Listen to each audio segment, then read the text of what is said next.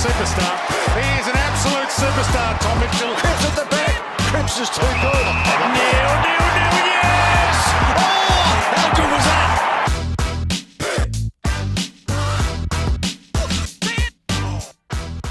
All right, Crippa, there's been some high demand for some Carlton content. You've been out of action for a little while. We've obviously had an off-season. The pre-season's over. Now we're into the real stuff. But let's just rewind a little bit. Finals last year, they were the first finals you played. Talk to us about that whole experience and how you found it, because 2 huge wins and then a great start to the prelim, which we'll touch on before losing to the Lions. But talk to us about that whole experience.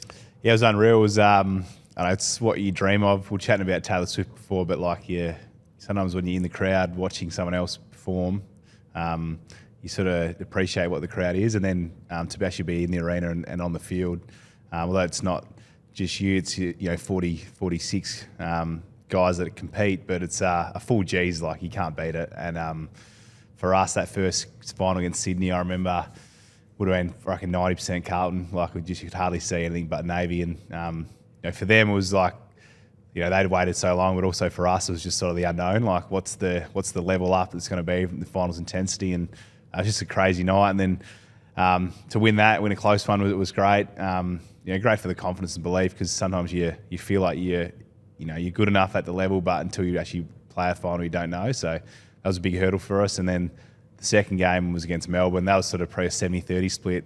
Both teams were really loud. Like that's what you love playing. It's like when we play you boys, it's always a big sort of rivalry, and the crowd get into it, which is what makes it fun. But that Melbourne game was probably the best moment I've had in footy in terms of the feeling you get. Like, I was actually at that game against Melbourne. I was in a box with the Judd man, the Carlton king, and ended up leaving at half time, but I was so flat I left because you could see the atmosphere on the TV and it looked absolutely electric. And as you mentioned, it seemed as though it was one of the loudest crowds you've ever played in, because such a tight game and it's a final. Was that the loudest game you've played in? Yeah, that was the feeling after that, and the noise was crazy. I think it was just, it's like when you can win big games, but when you win close games, like it just has an extra buzz because of the, in the final minute the game still hasn't been decided. Be like the finals you played, you only had all 3 were like that, weren't they? Yeah, they all were, yeah. But it was cool. Like the whole game itself, like it was actually a really scrappy game. Like the pressure was so high. Like I just remember there was that many turnovers just because every time you got the ball, you had like less than a second to get rid of it. And the way Melbourne play high pressure side contest, which is very similar to the way we played. So if you're watching it from home or at the game, wasn't that spectacle of I suppose a high skill level, but it was just high pressure and contest, which is what finals about. But that last play was huge, and I felt like the last 5 minutes they probably dominated the play. They just couldn't finish off their work, and then we happened to get that play, which is it's important. And then I just remember after that game, it's like we go from not playing a final, it's like far, we're in a prelim now. Like it's I don't know, it's just that exposure to those moments. I'm guessing it'd be different for you when you played in a fair few finals. It's sort of, you still get that nervous buzz, but you sort of start getting used to them. Where for us, it was just all the unknown and the excitement, and we're sort of riding a wave of momentum. And then, just went up to the Gabba, mate, and it was just, even up there, it was crazy. Like, it's just everywhere we walked in the city, you just saw Navy. It's pretty cool, isn't it? Yeah. I feel like both supporter bases, we're both fortunate to play at some big clubs, but they travel far and wide. Like, you always see them on away trips, whether it be in Perth, Brisbane, Adelaide. It's pretty cool. Yeah, and that's, I reckon, what makes it so special when we play each other. Like, it's as much as there's a lot of banter and there's probably a lot on it. It's just like, that's what makes the atmosphere so great when you play you boys. But going up there, then I remember when we ran out, it was like the roar. Like, it was like... Was it louder for Carlton, you reckon? I felt like it was a 50-50 split. But that's pretty impressive when you think about it. It's a prelim up there. I was actually chatting to Harris Andrews the other day at the Captain's Day, and he reckons a few of their boys were doing warm-up kicking, like goal kicking, and then they were missing. They were like getting cheered by the Carlton people and like getting booed. At a home game. Yeah, he reckons like, what is going on here? So that was pretty cool. And then I still remember clearly the national when we did the national anthem, and the guy that did Welcome to Country was like, he did it so good and just like lighting the whole stadium up, and then it was just on, and that first quarter was a bit of a blur. It was just like, your mind nearly does drift to like far out. We're actually a chance to be in the granny here, and but credit to Brisbane, like after that they were too good. We had moments where I reckon we could have clawed it back, but they were an experienced side that's sort of been there before and found a way. So but mate, what could have been? It would have been nice to play against like. Could you imagine a Carlton Collingwood granny? Would have been, amped up as one of the biggest games of all time. And at quarter time, it seemed like that was going to be the result, because was it a 5-goal lead early in the game? Was it 5 goals to nothing? We got up by 5, and then I think Hipwood kicked the goal late in the first, which is a big moment in the game. But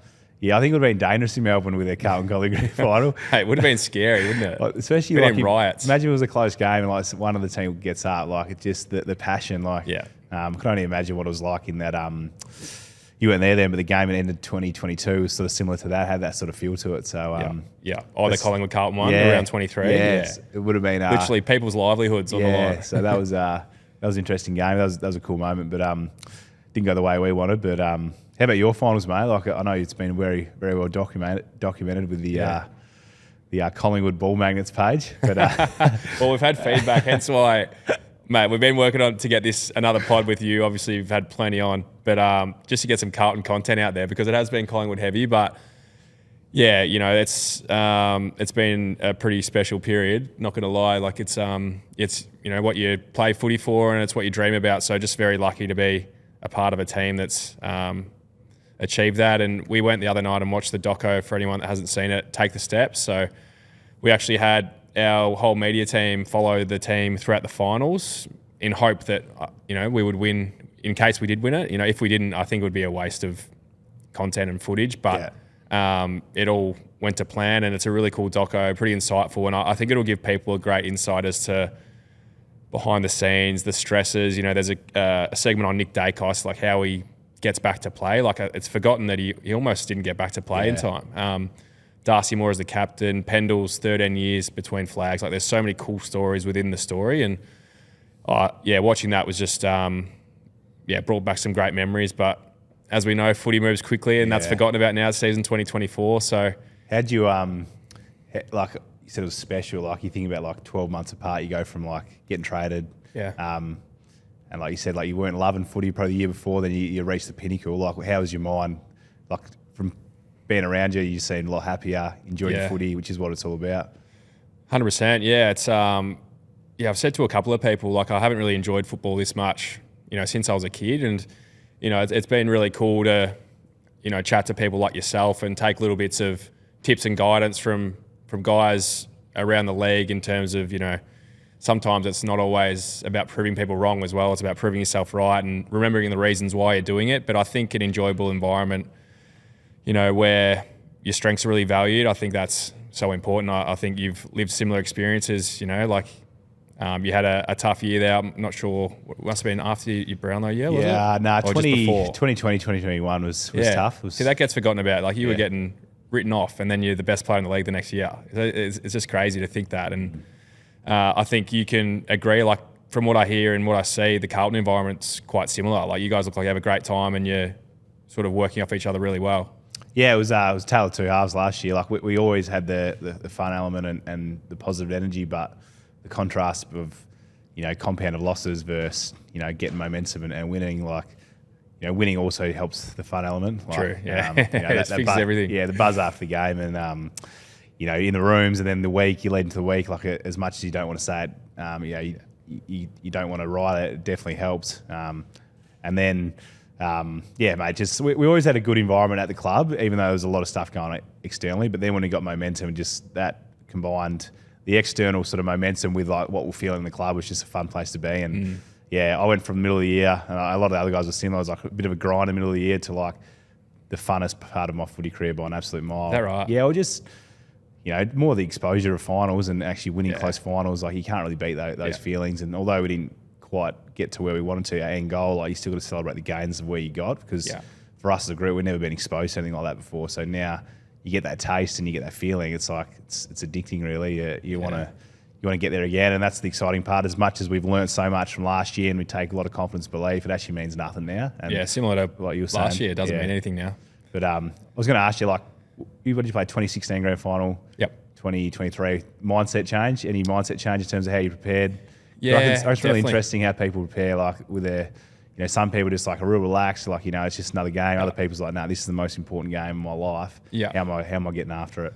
100%. Oh, huge changes. I would say Sydney, I remember going in super anxious, and I think the environment during that time at the club was very serious. Like I guess each club, and Sydney's been a super successful club, but it felt you could feel the tension. And I don't know, like compared to this year, I felt a lot more relaxed. I wasn't really even nervous for the grand final, which is a funny thing to say, but I think that comes with experience as well. Like, you know, the first time you do anything, you're not really sure how to approach it. So, you know, having experienced 2016 and losing, and, you know, you always reflect what you could have done better. And I think in preparation, I think I wore myself out thinking about the game all week and still played okay. But I felt our whole team on that particular day were very, very anxious and stressed. Yeah. And whether that has a effect on the result, I'm not sure. But it's quite funny. You have a look at the photo on the ground of the Collingwood team when, you know, they put the benches out. Yeah. Pretty much everyone in the photo is smiling. I'm Yeah. probably one that's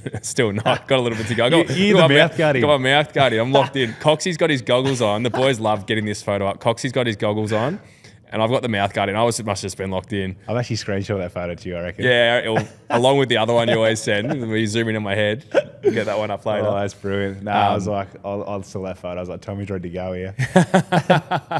No, in full Nuffy mode. But yeah, it definitely did help. But you touched on the fun component of the footy club. I've been pretty envious, to be honest, of some of the people that have rolled through the footy club in recent times. You had Scotty Pippen in, was it last week? Yeah, Scotty Pippen and Luke Longley came in. Wow. So that's huge. That was cool. You're a basketball man. Yeah, I love it. So it was sort of run into Luke Longley a few times. Mate, he's the biggest man I've ever seen by a mile. Is he Carlton? He's huge. No, he's a Freo. He was Carlton, then he went to the Eagles because he's a WA boy. Yeah. So when the Eagles came in, and then he grew up in Freo, so when Freo came in, he said he jumped to them, which is fair enough. But no, it was just cool talking about their story. So they were talking about, you know, their era. Obviously, Scotty had all 6. Luke only came for the second part of the 3. Yep. Just talking about, like, you know, we always hear it in our sort of in footy, but like the importance of everyone's role. You know, how we couldn't win, we didn't have this certain player. The importance of sort of leadership, and Scotty was more the emotional sort of leader, and bringing people up and building people up with confidence and belief.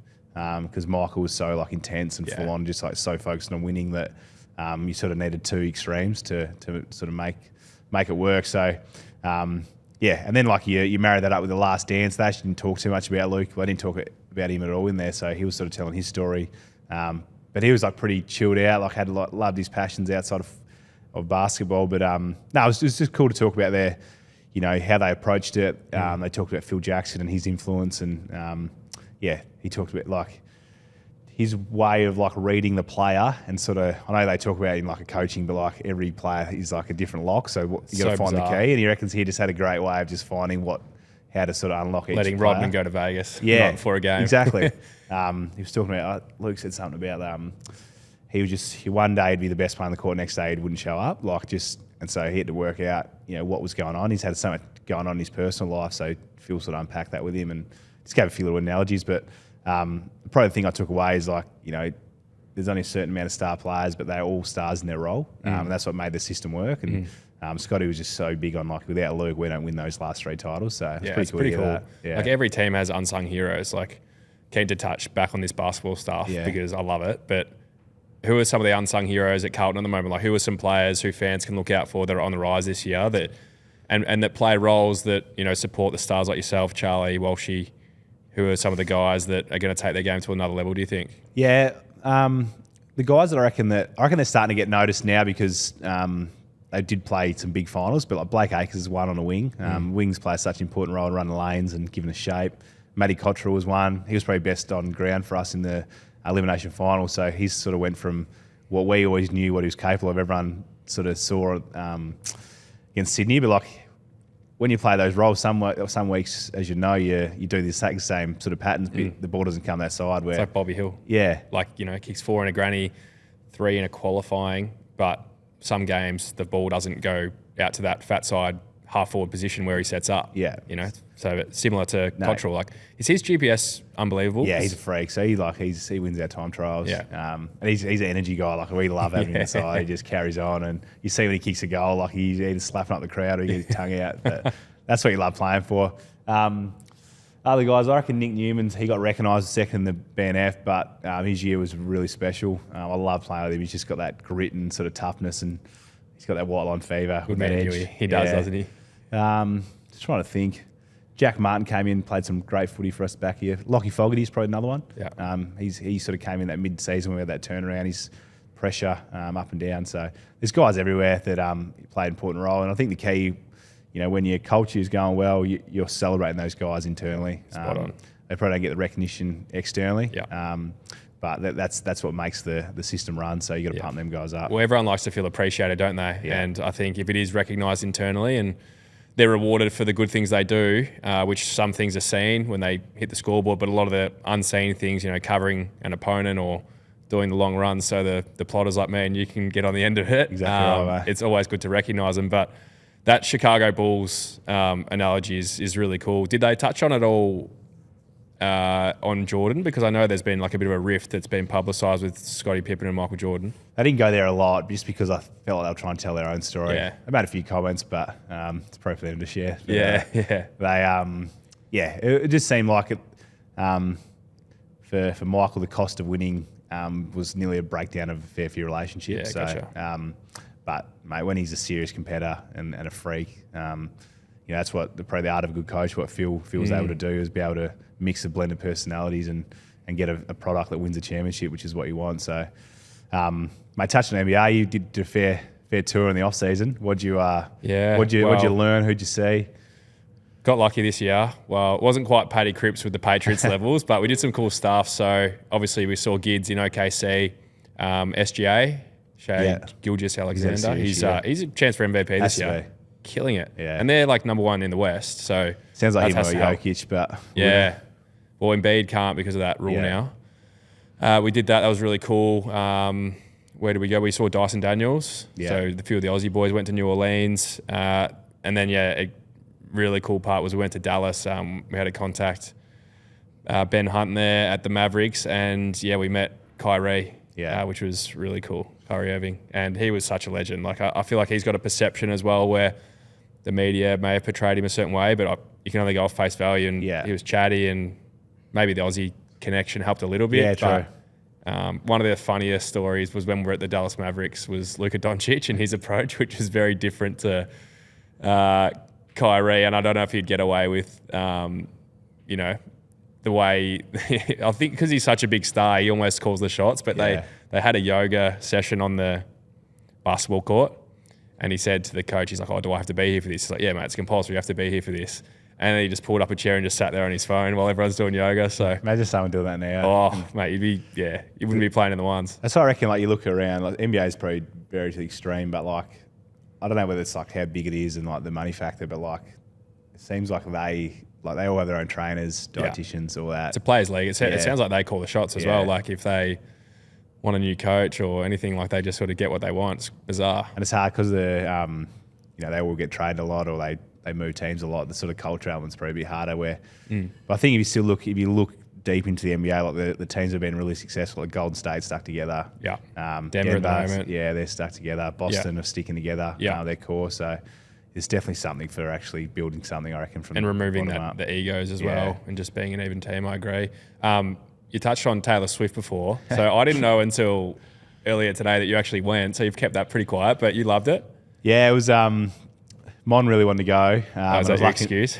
Yeah, I'm glad she did want to go because I was lucky enough to get some tickets for the MCC, which was a great day. But just rocking up, and I knew she was. I didn't realize how big she was until I watched her doco. Crazy. Her doco sort of opened my eyes and like far out. She's a big dog. She's her. And then I went there and like her ability to like engage like people from 5 to like 80 and like just everyone was just belting at her tunes. Even the bracelets, the friends. I had a few of them on. Yeah, I had a couple of them on. I swapped a few of the couple of people there, which is pretty cool. Yeah. But then like just the way throughout her era is like just a seriously talented person that unbelievable. Just engage a crowd. I reckon she had 2 minutes there, she didn't say a word, and the G was just roaring, and then like nearly stopped, and then she'd make a facial expression and it would go again. So. Nah, she's unreal. Because you went as well, didn't you? Yeah, I loved it. Yeah. Like I'm a fan now, I must say. Like I think anyone that can like entertain a crowd like that for that period of time, consecutive nights. What you do, 3 shows in Melbourne, 3 in Sydney or something? Yeah. Like unbelievable. Have you seen the numbers around her tour? Like she's doing like a 2-year world tour. Of the same concert? Yeah, so that concert. So it's like I think she worked out like most weekends she plays. She has a month off here and there, but she's just traveling all around the world. Yeah.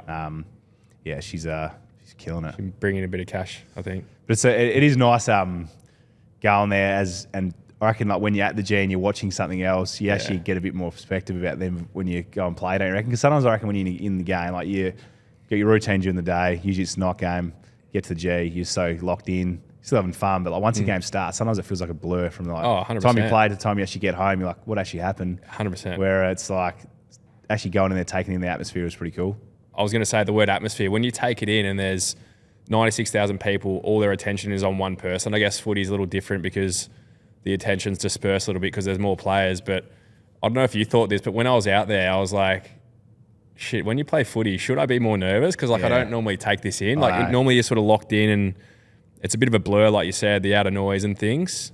But when you see how many people that actually is, say for a, I don't know, Carlton Collingwood game or Carlton Melbourne final last year, you're like, holy crap, like so many people here. Yeah, it's like the more exposure you get to it, it's like anything, you get used to it. Like it's true. Doesn't mean you still don't like get the buzz out of it, but I reckon you notice goals, like momentum with goals, and if you're playing, let's say we're playing you guys and we kick one, then you guys kick one, then we kick one, then it's just like a roar and you just feel it. So that's pretty cool. But it should be good, mate. It's footy's definitely firing at the moment, so I'm keen for the season to kick off. Mate, I'm the exact same. Season 2024 is right at our doorstep. Who do you think are some teams to look out for this year? Like there's obviously the media's opinions, but keen to get your opinion on some oppositions you've found really tough. Yeah. And then we'll get into some players who you rate really highly heading into this year. Yeah, let's take both of us out of it. Yeah, the I Pies agree. and the Blues. I think Brisbane I feel like their list is in a very good spot in terms of just seasoned. Get Ashcroft back. He's a star. Duday? Yeah. How do you spell? I don't know. Duday. He's a good player. Yeah. So he's coming back off the knee from Adelaide. So that's a good addition as that intercepting sort of half-back. So I feel like they're in a really good sort of spot. Giants, I reckon, I just reckon they're highly talented. You can see last year they got that confidence and belief, so that's going to be good. Swans, Melbourne the other night we played, they were sound. Their pressure felt like round one level, their pressure. So, everyone's writing them off, but, they've got some serious talent there. I agree, yeah. And then there's there's always teams that make that big jump and you never actually know. Like even for us, like we went from, just middle of the sort of bottom 8 in 22 to then we started the year like a house on fire. So you never know what team's actually going to jump, but Gold Coast definitely a team to watch, I reckon. Trying to think, I reckon Adelaide's a team to watch. Yep. So they're teams I enjoy watching play. But there's always a bolter, isn't there? I guarantee there'll be a team this year that comes from nowhere and no one will pick it. But it seems as though there's always a team that bolts and teams that slide. It's just very hard to predict. But yeah, I agree with a lot of the teams you mentioned. Giants, I think Toby Green's probably, if not the best player in the comp, he's in the top 5. We can to get your top 5 after this. But I think as well, I think Melbourne are a great team. The Swans, I feel like they're always in the hunt. I think Geelong as well, they've just got experience. Like if you've got Hawkins and Cameron, anything can happen. There's teams where clearly I haven't mentioned, but it's just such a tough competition, isn't it? It's getting more even, definitely. I reckon as from when I started to now, I feel like the comp is definitely getting more even. I reckon you look at sports all over the world too. If you look at even NBA, there's a lot more even teams. It's not like one team just wins every week. It's you look at the NBA right now, Boston's probably the only team that's pretty dominant. All the rest are sort of in between. So I feel like the AFL will come like that this year. But but then like you said, players I know you watch a fair bit of footy, but you always watch certain players you enjoy watching. There's certain players you watch to try and pick apart the best of their game that you can add to yours. And I actually got a question for you. When you're young, who's the guys you sort of try to model your game off? What'd you watch? What'd you try and pick up? Well, Gary Ablett was my favourite player. Yeah. I think he's the best player that I've ever seen. Having said that, there's this on KO. There's a highlights package of Gary Ablett Senior. I think you're always biased towards your own era of what you watched. He was doing some freakish things. Gary Ablett was I'll never be the player he was. He can do things that I think no one can do, but he was the one that stood out for me in today's game. Lockie Neal, fellow ball magnet, but he's a gun. I think we both appreciate the way he plays, how clean he is, how smart he is. He's a star. Toby Green's a good friend as well. He's one of the best players. And then, it's hard to go past teammates that you watch every day. I watch Geordie DeGoey and Nick Dacos. I'm far out. These two guys are unbelievable. The way I've never seen two guys train at this level for a pre-season. Nick's had another awesome summer, and he's well publicised how good he is. I think Geordie's a bit of a one that isn't always talked about, but you see him in big games, always steps up, and you love the way he plays as well. You find him a really tough opponent. Yeah, he's strong. He's got power, but he's like you said, he's a big moment player. Like he's always played well in finals. You always I reckon early days I used to always just watch when I first came to the league, just like inside mids, like who was the guys I could pick apart. I used to love like picking apart. So who's the best of like Pritis, Joe Watson, Josh Kennedy. Josh Kennedy. I feel like you and Josh Kennedy are very similar. I love Josh Kennedy. Yeah. He was contested like, bulls. Just fundamentals, like simple Bruins. Yeah. Just did the basics well. So I always try to watch the best of the best, and then like even Penderbury, watch their like stoppage craft and their patterns, and like you sort of see what parts of their game can you try and like work on your craft to add elements. Like even Fife and Danger's aerial ability was something that was stood out for me when I was coming through, and then. Even now, I reckon, like early in your career, you get really competitive. I reckon with people around your age because like you're all trying to make your way. But I reckon as you get older, you start going from you still love versing them, but you nearly when you watch them, you nearly appreciate them rather than appreciate's a great word. I was going to say the exact same thing. Yeah, because one, it's like you know how hard it is to perform at a consistent high level, and it takes a lot of hard work to be able to do that. And then this is the skill level they do it. Plus, they're going to get opposition attention, so they not only have to like be good, but then they got to work. How they break a sort of a tag, opposition attention, then how can you impact their system if they're going to put attention to you? So there's so many different elements to it, but like Bontempelli. I like Tom Green from GWS. I'm picking pure inside mids here. Yeah, it's good. Well, give us your top 5. Like if you had to, we're going to miss so many players, but whether it's who you like to watch the most or who you think is the best, who give us 5 names. People I like to watch. I like to watch people that I'd like matching up on or more similar to my game, so I can try and take elements of what they do. But love Libber's hands in close. He's a freak. Bont just all round, just he's a gun. Tom Green sort of he's the last like year and two he's sort of jumped to that superstar level. Clayton Oliver, Petrarca, they're the inside sort of guys. There, just trying to think through, but Jordy De Goey, he's that power. He's that dusty sort of top player. That's a pretty good list. I'm going to miss the lot. Lockie, I watch a lot of, just more of his like footwork and his touch. I'm going to miss a lot of good players there, so I don't want to offend anyone. Yeah, no, there's so many good players in the league. But they're sort of guys I like to watch, and sometimes you just watch them for a quarter and see their patterns or their stoppage stuff, and like, oh, that's a good little trick. I might try that training, and then it feels good, so you put it in your game. So yeah. You know how you said, you begin to appreciate players the longer you've been in the game, even though you compete against them, because you do realise how tough it is to play at a high level, especially over a career and a period of time, which you've done. Do you give yourself some slack now as well and actually appreciate what you've been able to do with your footy personally? Because I know that as athletes, how hard you can be on yourself, but sometimes when you sit back and reflect, like it's a bloody hard game. Like it's bloody hard to get up every week and play and try to play well.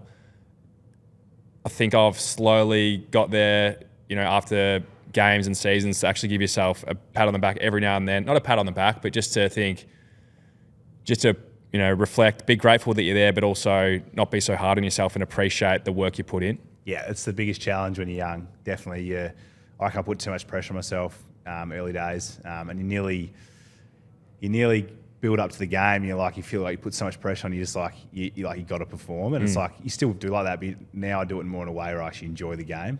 Where in the past it's nearly like, all right, I've got to play well here. And then after you play well or you don't, it's like nearly like a release. It's like, oh, I got a few days where I can just switch off here. So, like you said, there's a lot more to it than just going out there and playing. But I think as I've got older, I've tried to find the fun element a bit more. And doesn't mean I don't still have a high level that I want to achieve and get to. But there's definitely an element where I feel like you were saying is like the mindset of like sometimes you got to sit back and reflect. All right, I've made some gains here. Actually celebrate the work you put in, because I feel like all high performers, it's like, all right, what's the next thing we're going to get after? And you're never actually satisfied. So it's actually like, I feel like you got to be satisfied after the year. Like, what have you gained? Get away, switch off, and then doesn't mean you're not hungry again, but then you set more goals, then you get after them. So I feel like if you get stuck in that gap where it's like, all right, good year, but I didn't quite get there, without actually sort of smelling the rose and say, mate, look how far I've come from November last year to end of sort of September this year. If you don't do that, then you just end up you're never actually satisfied or happy, I don't reckon. It's that relentless desire, isn't it, to just want more. It's how all I think athletes are wired, but otherwise you're going to get to the end of the career and no one's ever going to be content. Yeah, but, it's a fine balance because you got to do it in a way where you don't lose your edge. Like, no, for sure. Because you got to have that sharp. edge. You got to have that edge. Like you can never be like, oh, I've achieved this, so like who cares now? It's more like, nah, I'm glad I've done that, but like, all right, celebrate that. But now let's get on to let's chase the next one hard. I think you as a good mate though, like I know that's never going to be your issue. I think the biggest thing I've learned from you is that year that you touched on, 2020, I think it was, when you had a bit of media speculation, and that journey of how you not ignored the outside talk and perception, but how you were able to really channel in on yourself. And I actually really used that in season 2022, my last year at the Hawks, to reframe and use some of those strategies. It's cool to know that, like you're very into your psychology and mindset and things like this, but is that still something you use as well? Because we both know footy's tough, caper. There's going to be challenges. There's going to be comments thrown around yourself, your team, myself, my team. That's just the nature of footy. But you're in a good position now that you've experienced all that and got a plan in place for when that does come and happen. Yeah, like once you come out of it, it's a good feeling. But when you're in it, it's hard. Like it's and I as much as like you. Always use the analogy like don't bounce back, try and bounce forward out of something, like be better than what you were. But when I was in there, I probably wasn't ready for that. Like I probably hadn't had that yet. So it was like a new sort of exposure and it was tough, which you would have had the exact same. And then I feel like sometimes when you go through that, it forces you to dig deep within yourself and you got to find a way through it. But it doesn't mean that some days you're like, far, this is bloody hard. Which is a bit like us from a team last year. So probably at the personal level in 20 and 21 and then was able to bounce forward from that and be like a better version. And then last year was from a team point of view, it was sort of the same thing. Like we were going through it and it was like, far, this is tough.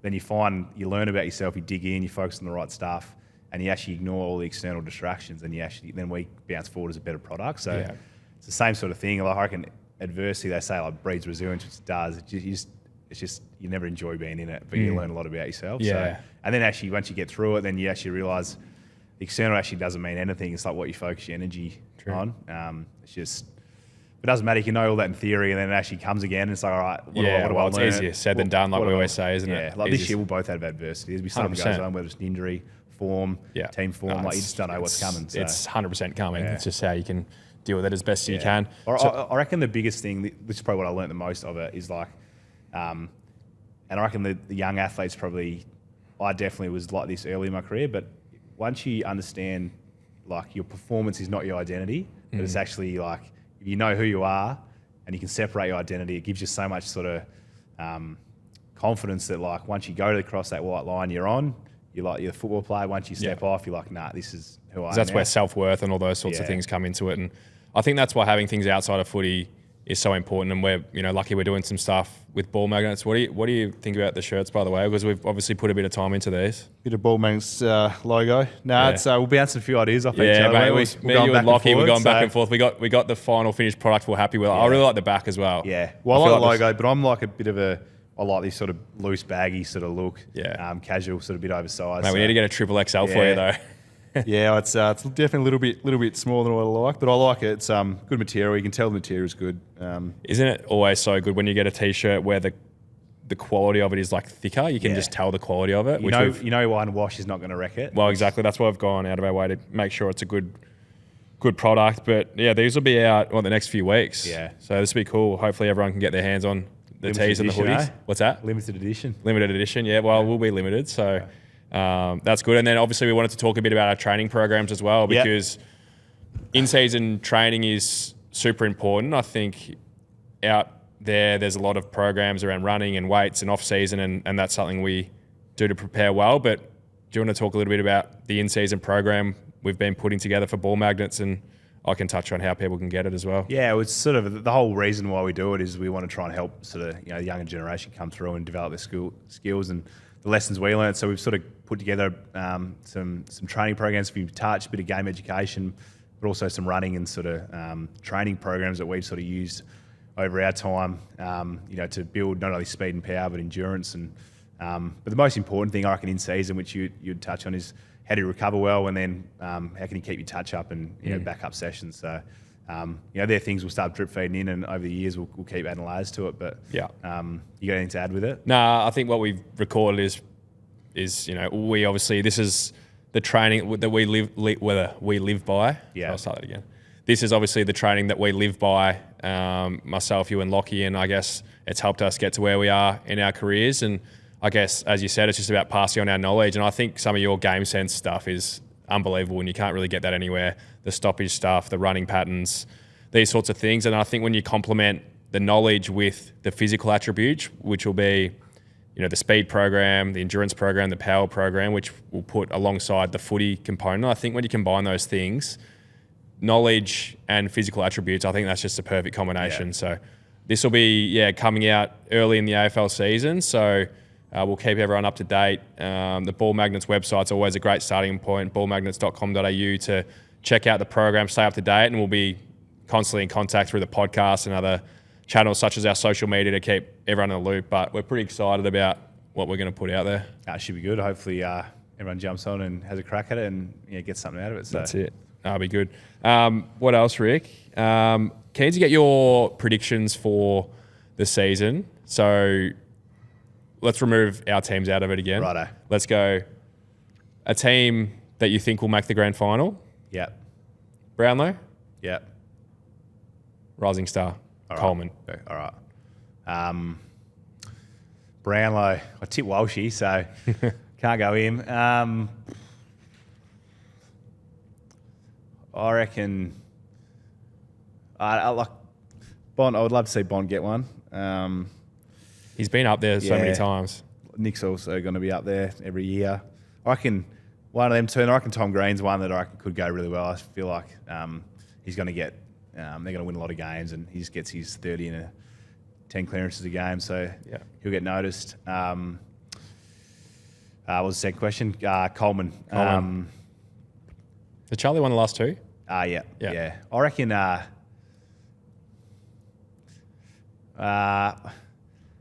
If the Kangaroos can keep moving the ball real quick, I reckon Nick Larkey's Kicks a lot of goals. Kicks a lot of goals. With Savlaki. And then Rising Star, I'm going to go the Wardlaw. He looks like he's got some serious power. Tough. Looks like a young danger. That was all, wasn't it? What's the other? Yeah, I'm going to tip a team. I think Brisbane is a team that is going to be very hard to beat. So they've seen very seasoned. So what about yourself? Let me think. Okay, I think Brisbane as well. Yeah. I think getting Ashcroft back, I think that's so underrated. He's a star, and I think that just helps the spread of their midfield, which is already star-studded. So I'll say Brisbane are going to be really tough to beat this year. I think I heard you say the other day they haven't lost at the Gabba. They didn't lose there all last year. No, wow. It's definitely it's a fortress. It's a different ground, the Gabba, I reckon. Yeah. It's the weather, the pitch, it's a lot wider, so they play it really well. You can tell they've sort of done a lot of work on it. Yeah, it's a quick deck, just so it's so warm up there. The deck's quick, true. And they're all lightning. Yeah, they are quick. Not good for me. I'll go Coleman. I'll go Curnow for 3 in a row. Yeah, I think he's just a star. He tore us apart late in the year last year. I think he kicked 6. Brownlow. Well, I think Nick Dacos is going to be in the running for the next 10 years. Yeah. He's just that good. But if I had to say someone from another team, I'd like to see Bont win one as well. I think he's probably the toughest opponent I've ever played on directly. Yeah. He's just can do everything. He can mark. He's quick, good at ground level, good kick. And I think Wardlaw as well. Yeah. I think he's just a goer. He's tough. He's the type of guy you want to help build a team around. A few of the young North players look really, really good. Yeah. Wardlaw, Sheasel, Colby, the new draft pick, number 10, McKercher.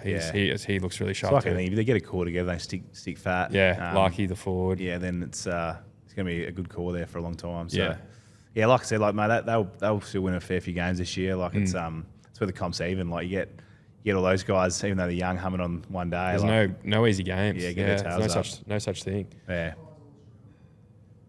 Surprise All-Australian from any team? Any team. Surprise All-Australian. That's an interesting question. Yeah. So Nick Newman, he obviously made both of ours. He made the squad last year. No, he didn't make the squad. He didn't make the squad? No, he probably should have. Yeah, he deserved. He comes second in the BNF. So you've got him and Sardi off half back, and then you've got Zach Williams coming back, who looks pretty sharp from all reports. Yeah, so he'll come back. That gives us a fair bit of dare off the back line, which that in today's game you need.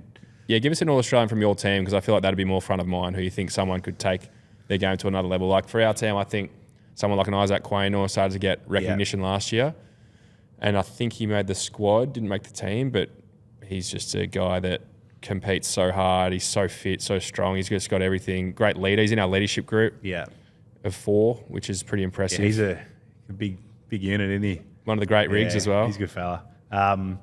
Mate, Weeders never made All-Australian. Is that right? So he's due, but he should have had one by now. He's a 2. He's been in the squad 4 times, won 2 BNFs. Like, he's a freak. Yeah.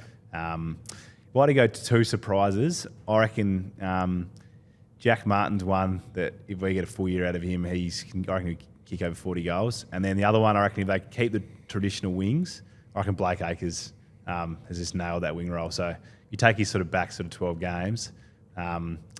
He knows how to play that in his sleep, the wing role. Big up and down the pie stand. No, he does it very well. He kicked a few clutch goals in that final. Yeah, against pop-up sprinkler, mate. Sprinkler, Gets there. Out of nowhere. Who's in your leadership group this year? You've got Weeders, Walshy, Charlie, and myself. Yep. So we just had 4. Yeah. How is Weeders going with his calf? No, he's good. Yeah. When are you expecting to get him still back? Still bigger than mine, mate. I reckon both of mine combined are still smaller than his injured one. He'll be back round 3, I'm guessing, against North. 2024 is going to be massive, and then obviously Carlton is star-studded with yourself as the skip, and then you've got some guys around you, Walshy, who's absolutely flying from all reports, as everyone is in pre-season, but I think he's genuinely flying. Have you seen him go to another level, or is he just the same old Sam Walsh? We saw him dominate the finals last year. Where's he at the moment? Yeah, he was at like everyone sort of says, how good was Walshy's finals, but it's like that's him. If that makes sense. Like it's sort of, I've seen that for 5 years, so like was a surprise. Like his ability to talk about that, like cross that white line, his ability to go from like loves being around the boys, has fun, has a beer with the lads, to like I am like, this is like my ground. I'm going to absolutely tear this apart, and nothing stopped me. Like he's got a great ability with that. But he's just a competitor. Like he runs, he's tough. I love playing with him. He's just he makes us so much better. Breaks the ground up. But he was humming. His back's a little bit sore at the moment, but he's getting that under control. So he's done a mountain of work, and a lot more work than he's done the previous couple of years with a few injuries he's had. So get him on the DNS program. Yeah, I know, big Robbie. Shout out to Robbie. So he's due for a big one. What did you say? Who's the other one you said? Harry's one that I reckon is going to have a massive year. Like I feel like we watched our pre-season games. I feel like he's probably been our best player both games. So did he play a bit of second ruck the other night? Yeah. He's just looking good. He's clunking everything. Looks strong. The hard thing, which is going to be the annoying thing, which he does a great job of now, is like he could kick 10 goals this year in a game, and then he'll have one shank. And I'm telling you what, I know what the headline's going to be like the next day. So I've seen him do a power of work. He's done so much work on changing his routine, little tweaks, and it's the most confident I've seen him kick at training, and even in the game the other day. He had a few that he would have loved back, but it's sport. You're gonna fail sometimes, and both games it's been bloody windy when we've played, and he's looked so confident every time. So he's in for a big year. So how do you help someone like Harry? Because I feel for him. Like as you said, he does a bad kick here and there, and he cops it. And I understand that the perception is you pay good money, you expected to kick every goal, but he brings so many other things to your team in terms of his marking ability and just his contest as well. But how do you help someone who seems to be helping himself with his approach, but with all this external noise as the captain? Do you feel like you have a role to play to get in his ear and pump him up and reinforce all the good he does as well? Yeah, like I'm not there to try and teach him how to kick. One, he probably wouldn't listen to me anyway, but two, like you only need a few people in your corner. Like, but I see the work he's done, but a bit on similar to like when you face adversity. So it's like it's individual or team. What it forces you to do is actually really have the humility to look within yourself. So, all right, what have I got to do to get myself right? Because end of the day, the thing about a key forward is your job is to kick goals at the end of the day. Like that's, so if we miss a kick in the middle of the ground, it's not, that's happening. Not as amplified, is it? No, it's not. So, and we all miss kicks. So, but he's done so much work over his offseason, not only his mindset, but he's changed his routine up a little bit because he's like, I need to get better. And from what I've seen at training and in the practice match, he's got better quicker, very quickly, and he looks confident. That's the main thing. And my job there is just to back him in. I'm going to back him in all the time, and I'm always going to have his back throughout the year. because he's going to get people coming at him. But I'll back him into the heels because I can see the work he's done. And I know in himself he looks so much more confident, he feels more confident. So that's just your job. You don't want to get in the road, you just want to be there to support. And like you said, mate, some of the stuff he does around the ground is unmatched. Like he can move as a big fella. He's like 204. He's probably 100 to 105 kilos, and he runs a 6:22 So it's crazy. Crazy athlete. Yeah, he's a freak. And so. Charlie's similar, isn't he? The twin tower with you. He can run as well. Yeah, he runs about a 6 flat, 605. Jeez. Yeah, they're very different players, and they're very different approaches. But they both works for them. And is Charlie the best player you've played with? I think I've played with Juddy. But like I haven't played Juddy with his prime, but. I think Charlie's last 2 years are the best. Been the best 2 years I've played with someone. He just does stuff that and you were saying before, he just does stuff that not many people can do. And he's probably got that Bud sort of feel to him, doesn't he? Like everyone that has seen Charlie says got that Bud sort of presence where they just do some stuff where can turn a game. Yeah, you don't know like how'd you One do that? step outside 50. Yeah, just that sort of erratic nature which makes him good. But I think what gets undersold with Charlie is everyone thinks like he doesn't. They just just goes about it, but like he actually thinks about his game a lot. He just does it in a different way to others, and he puts so much time into like the key areas of his game that makes him good. Like the amount of shots on goal he would kick it again, the amount of like times he competes with the best defender after training 1-on-1. So it's not like he just goes out there and just flicks a switch. Like he does a lot of stuff that a lot of people wouldn't see. Yeah, I saw as well. We'll touch on the coach quickly as well because he had a touchdown pass thrown from Tom Brady. Yeah. Who we almost had on the Ball Magnets pod, obviously got called off on the day, which would have been absolutely awesome. But he still had some cool moments. I saw Diesel floating around there as well. Vossi was there, threw a touchdown pass to Brady. He was going to go to Carlton as well at one point. Yeah, we nearly got him there. It was sort of fell through at the last day, which was the boys were pumped. Like it's just when you get one of the once in a lifetime. Yeah, one of the goats in the sport to come, not only to see him, but we got him at the club. Would have been, I think it was only 80 people going to that function, which would have been. We had a cool. touchdown pass coming your way as well. Yeah, I know. So would have had the Crippa on, I think, mate. You wouldn't want to drop that. Yeah, Vossi got a touchdown. He rolled the sleeves up just so he goes, I didn't want to fumble on the big stage, but yeah, we had a laugh. Like so that got called off, and then all Lloydie and Vossi and Diesel, Lukey Sayers all got to go to the show with him. So we're pulling the piss out of Lloydie, saying, mate, you can't our show just you have a private feed with him. So, but no, like it. From what you went to the I went to the day show. And you'd have watched his doco as well. Yeah, I feel like when we thought we had him for the podcast, which was up until the last minute going to happen. Like I think my fascination for what he's been able to achieve obviously increased the more I researched him and looked into him and, watched every doco and every bit of paper you could probably read on him. But someone that in one of the biggest sports that, period of sustained success, and even someone who's, renowned as the GOAT and wins 7 championships, but all the roller coasters that he's been on in terms of, wins all 16 games in the home and away season, loses the Super Bowl, first game of the next year, ACL. There's so many, little moments along the way which people, I think, forget about. And, he's on the pedestal now, but, he probably lost another 3 or 4 as well. There's all these little hiccups along the way, which is comforting to know as the best athlete of all time that, even they have their challenges. Yeah.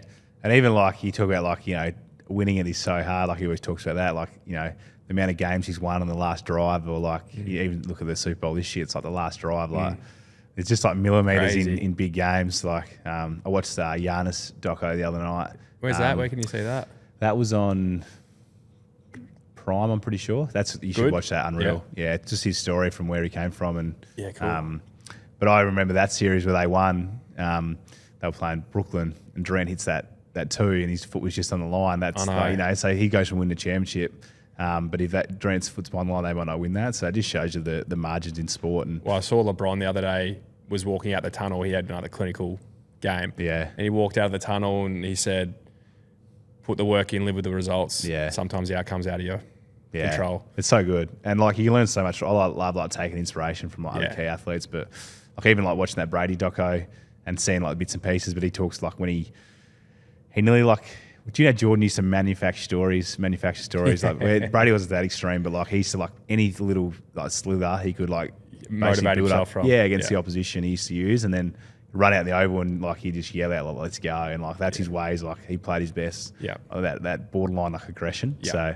So, which is cool to see because I actually find for me, like I got to play that's the level I got to get to where like something like a Doherty, like he's the other extreme. He just wants to chill out. Right, but yeah, I've chatted to a few people about this in recent times, and I think you almost need to become a character on game day. That's this you have to get yourself into a certain state, whatever that is, whether it's more relaxed, more animated, to play your best, and that's what you have to do for your team. Yeah, me and Doc always laugh. So, like before the game, you always do a few tackles and bumps, and like I'm like when I'm doing that, like I'm like trying to like hit him hard. Just to, I wouldn't be going with you. Yeah, just to like get myself because like it's like you could be biggest guy there, but if you're not activated, like you can, like anyone can push you around. And Doc just looks at me, he goes, mate, you're not coming near me.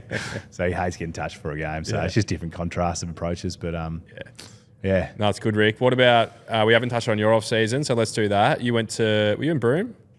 Yeah, I went to Broome with a few of the boys. So actually, big Framo was up there. We had Billy Frampton. Got a good mate up there that we went and saw. So Lawshy. Yeah, big Lorsh and Spied. Jackie Cripps went up there, so it was good. I hadn't seen those boys for a while. So I heard Framo had a good day on the golf course. Yeah, it was me and Lorsh versus M2 for a feed, and there's a good video of Framo. He's got his left hand. Yeah, we're beefing them every time we hit it, but he was like a wood chopper, mate. But Lorsh wasn't too much better, but that was good fun. We ended up getting the win that day, so Lorsh ordered basically a buffet meal on Framo.